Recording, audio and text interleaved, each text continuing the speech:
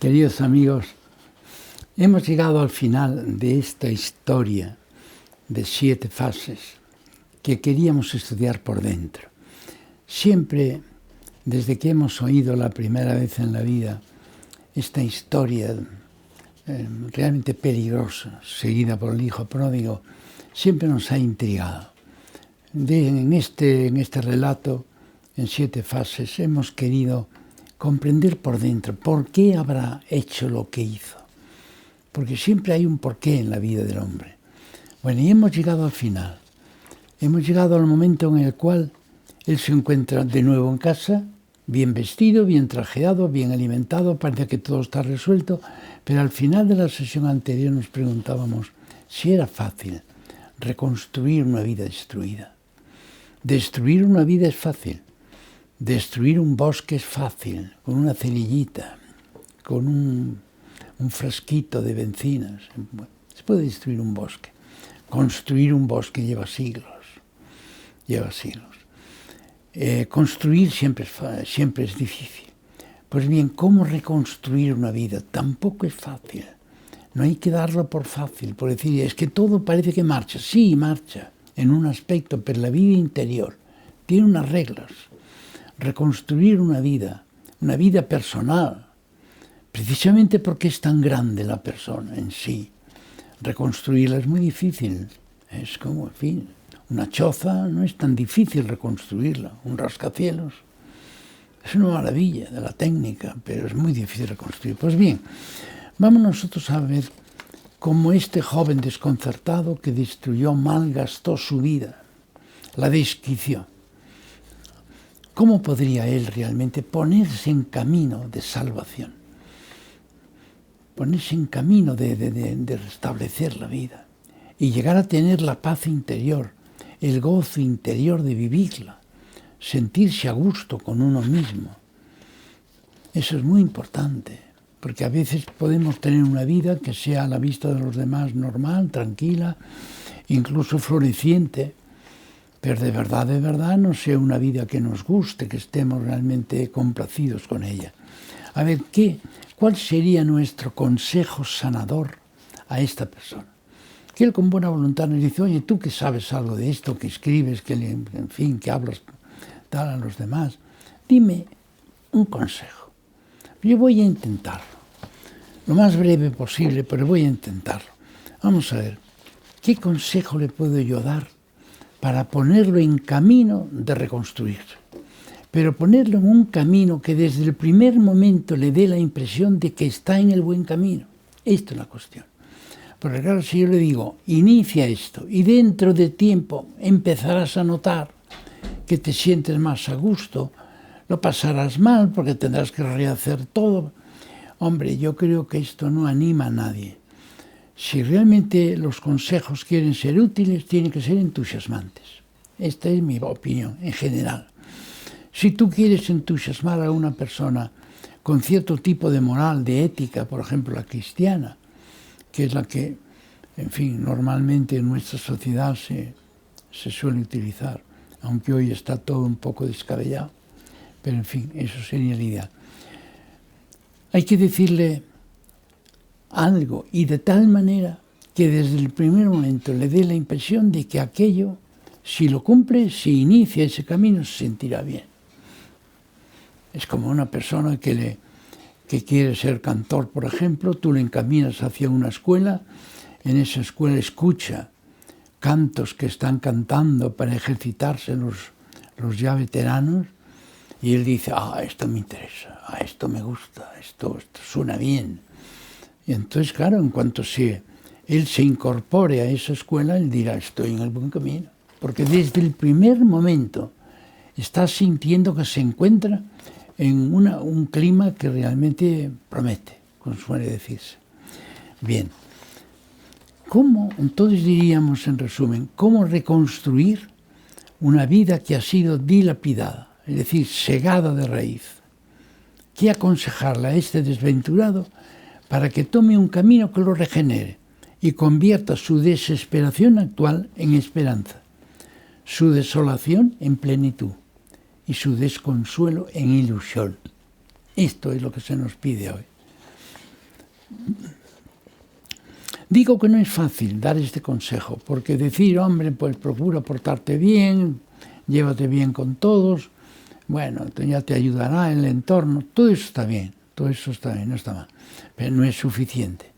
Hay que decirle algo que realmente lo encamine por una vía muy fecunda, pero fecunda desde el principio, consoladora desde el principio, ilusionante en todo momento. Eso es lo ideal. Entonces eso es lo que nos promete a los que damos el consejo de que eso será eficaz, porque tú no estás en todo momento para dar consejos. Entonces, claro, estarías sometiendo a esa persona a una dirección que podría humillarle, podría cansarle. No, se pueden decir bien algo cuando lo tienes bien pensado. Entonces yo diría que aquí tenemos ahora, para dar ese consejo bien dado, tenemos que ejercitar algo de lo que ya hablé varias veces, pero nunca a fondo, que es la mirada profunda. A veces les digo, necesitamos una mirada profunda para encaminarnos bien. Y ahora digo también, para dar ese consejo a esa persona destruida por una vida descaminada, por el vértigo en definitiva, para dar ese consejo se necesita haber ejercitado la mirada profunda. Si me dicen en qué consiste eso, yo le diría, es largo de contar, pero se puede decir rápidamente después de las sesiones anteriores si yo les digo lo siguiente.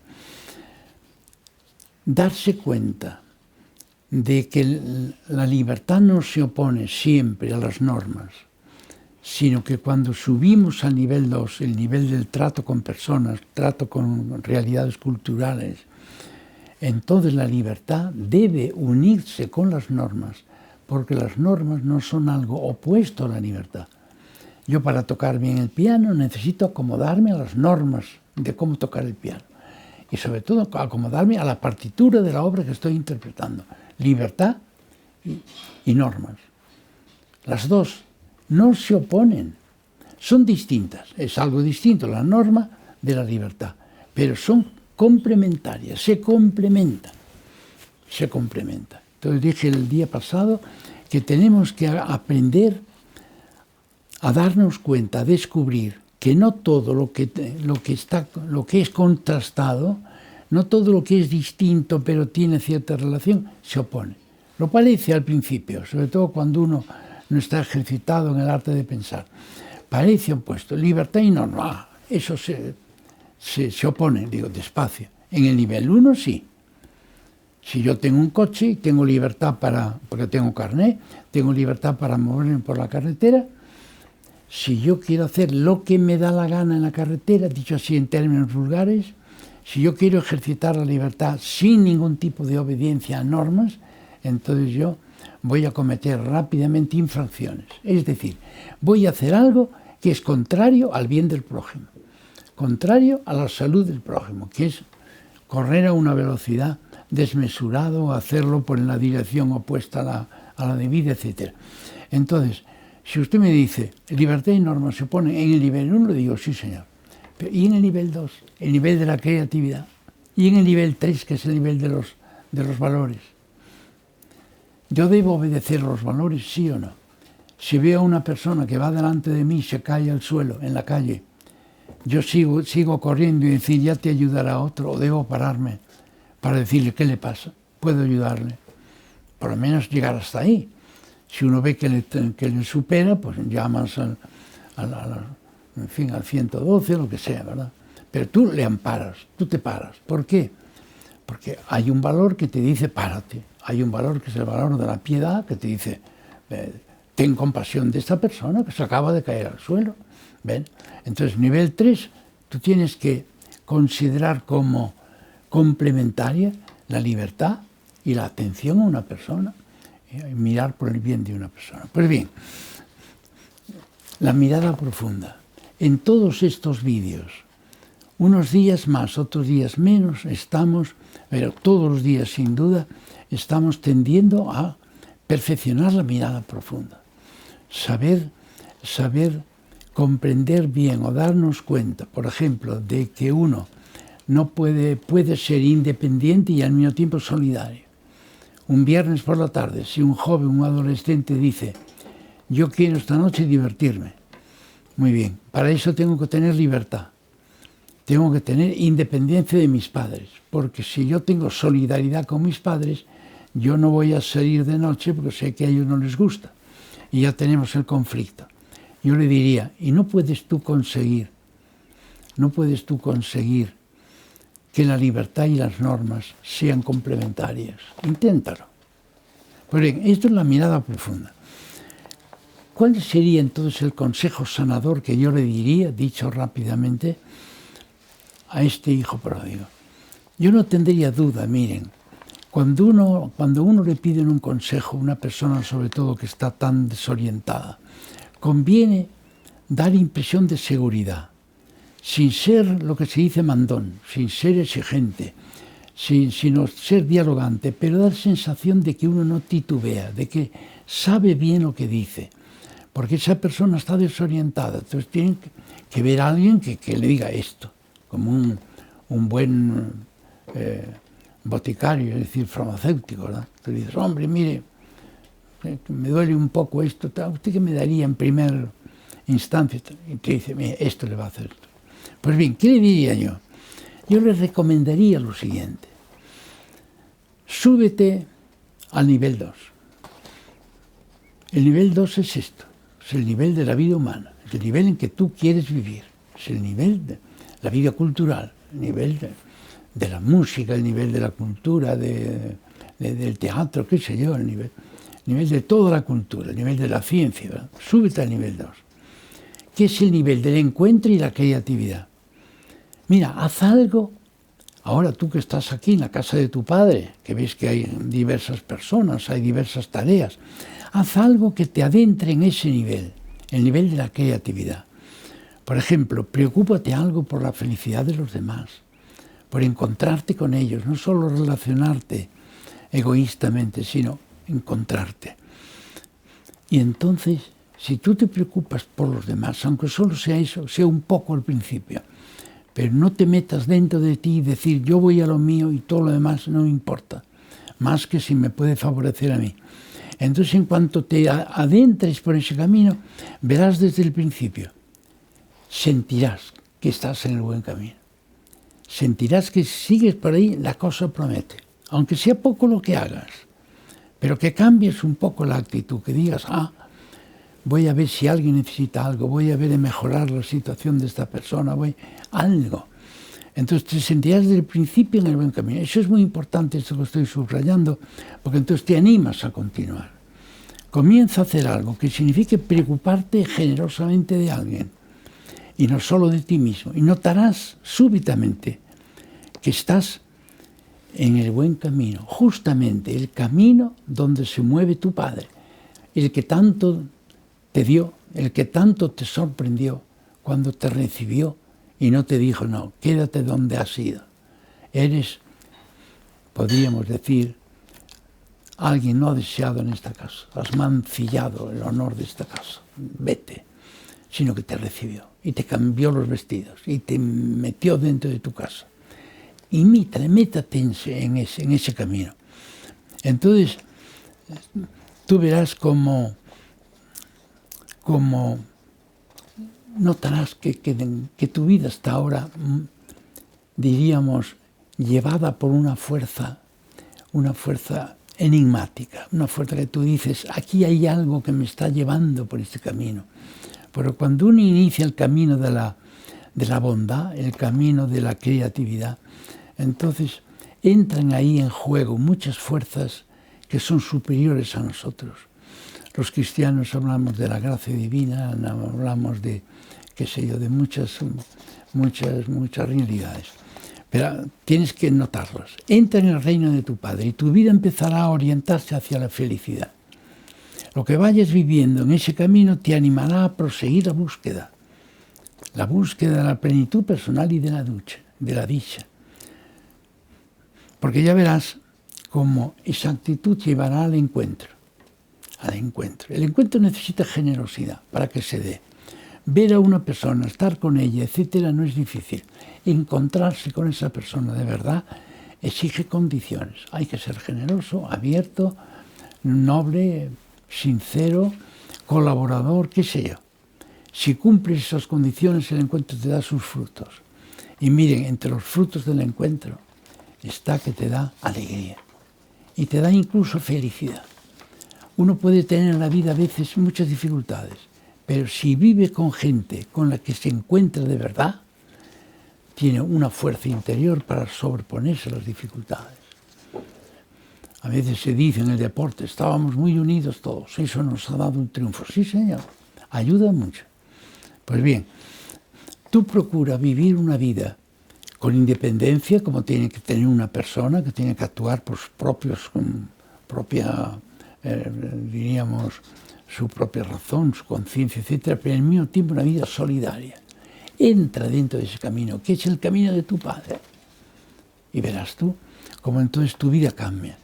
Con ello, tu vida se situará también en el nivel 3, porque fíjate, cuando una persona se da cuenta de que viviendo la vida de encuentro, con generosidad, etc., uno es feliz. Entonces decíamos, basta que nos encontremos de verdad para ser felices. Entonces subes al nivel 3. Fíjate, subes al nivel 3 porque entonces es cuando te das cuenta del valor enorme de la libertad, de la unidad. La unidad es el primer valor del nivel 3. Entonces si tú dices, si yo me encuentro con las personas que están a mi lado, tengo asegurada la felicidad. Qué grande es la unidad del encuentro para darme a mí la felicidad. ¿Te das cuenta? Subes del nivel 2 al nivel 3. Y eso es la subida precisamente a la perfección moral. Es cuando uno dice, me encuentro bien situado en la vida, me encuentro actuando bien. Y ese es el camino también de la vida religiosa. Una persona que tenga fe desde niño, pero que la haya medio perdido, que no la haya cultivado, y dice, pues me gustaría volver a esa fe. Yo le diría, ese es el camino, porque fíjate, el evangelista San Juan, el que se llama el águila de Patmos, es decir, que era el hombre más elevado de pensamiento y tal de los 4 evangelistas, él decía, el que vive con los demás una unidad de generosidad absoluta, por lo tanto el que vive el amor oblativo, ese está en Dios y Dios está en él. Porque él dice, porque Dios es ese tipo de amor. En toda la Escritura se habla de que dio la vida por nosotros. Dar la vida por los demás es el tipo de amor más perfecto que hay. Y él dice, todo el que se le asemeja a Dios en eso, está en Dios y Dios en él. Por lo tanto, si a mí me dicen, yo tengo nostalgia de la vida religiosa, pero no sé bien cómo iniciar, cómo volver, yo le digo, practica este tipo de amor con los que están a tu alrededor, con los que puedas, con los que trates, y verás cómo entras de lleno por ese camino. De este modo, entonces, tú verás cómo tu vida adquiere una plenitud que no podías ni sospechar. Ese joven que ha vuelto a casa y que estaba tan desequilibrado, basta que haga este pequeño cambio del egoísmo a la generosidad. Con eso ella se verá en un camino distinto, que dirá, por aquí voy bien. Tendrá la sensación, esto es la verdad. Y por lo tanto, cobrará gran confianza en el que se lo ha dicho, porque el camino mismo irá diciendo, yo soy el buen camino. Claro, después cuando leas el Evangelio y te diga que dice Jesús, yo soy el camino, la verdad y la vida, ya entonces el gran secreto para uno que tiene fe es decir, seguir a Jesús. Lo que Él hizo yo lo voy a hacer, aunque sea infinitamente peor que lo que hizo Él. Pues bien, esa primacía del encuentro bien realizado confirma al joven, este joven que estaba destruido, que lo más importante en la vida son las relaciones del hijo con los padres entre sí, etcétera, el hijo del marido con la mujer, etcétera, las relaciones, porque las relaciones son justamente lo que pasa en el encuentro. Es cuando uno puede y debe vivir ese auténtico amor. Bien. Lo decisivo, por tanto, terminando, para rehacer una vida desmoronada es recuperar el amor generoso a las personas que nos rodean y nos dan posibilidades de crear formas de encuentro. Entonces descubriremos la importancia de la categoría de relación, que cultiva la concordia y florece en un modo de belleza que es fuente de felicidad. Miren, muchas veces se habla de ética, se habla de religión, etcétera, pero en términos que a las personas no les suscita entusiasmo. Yo creo que esto tiene que entusiasmarnos a todos, es decir, no es tan difícil todo esto. Si una persona dice, oh, yo vivo aquí en la tierra, esta tierra llena de miserias, y me vienen hablando del cielo. Bueno, perdona, pues que el cielo no está allá lejos, que haga falta un viaje tremendo, era costosísimo para llegar allí. El cielo es sencillamente cambiar la actitud. Si eres un egoísta, hazte generoso. Y una vida vivida en la generosidad es una vida celeste. Entonces, esto sería mi consejo al hijo pródigo. Y me gustaría podérselo dar a todos los hijos pródigos y dármelo a mí mismo si alguna vez me encamino por una aventura fascinante que me produzca vértigo y que caiga en el vértigo como le pasó al pobre joven del Evangelio, de Lucas 15. Queridos amigos, esta es la historia íntima de este joven. Yo creo que algo nos puede enseñar para la vida y nos puede perfeccionar esa mirada profunda de la que hablé antes.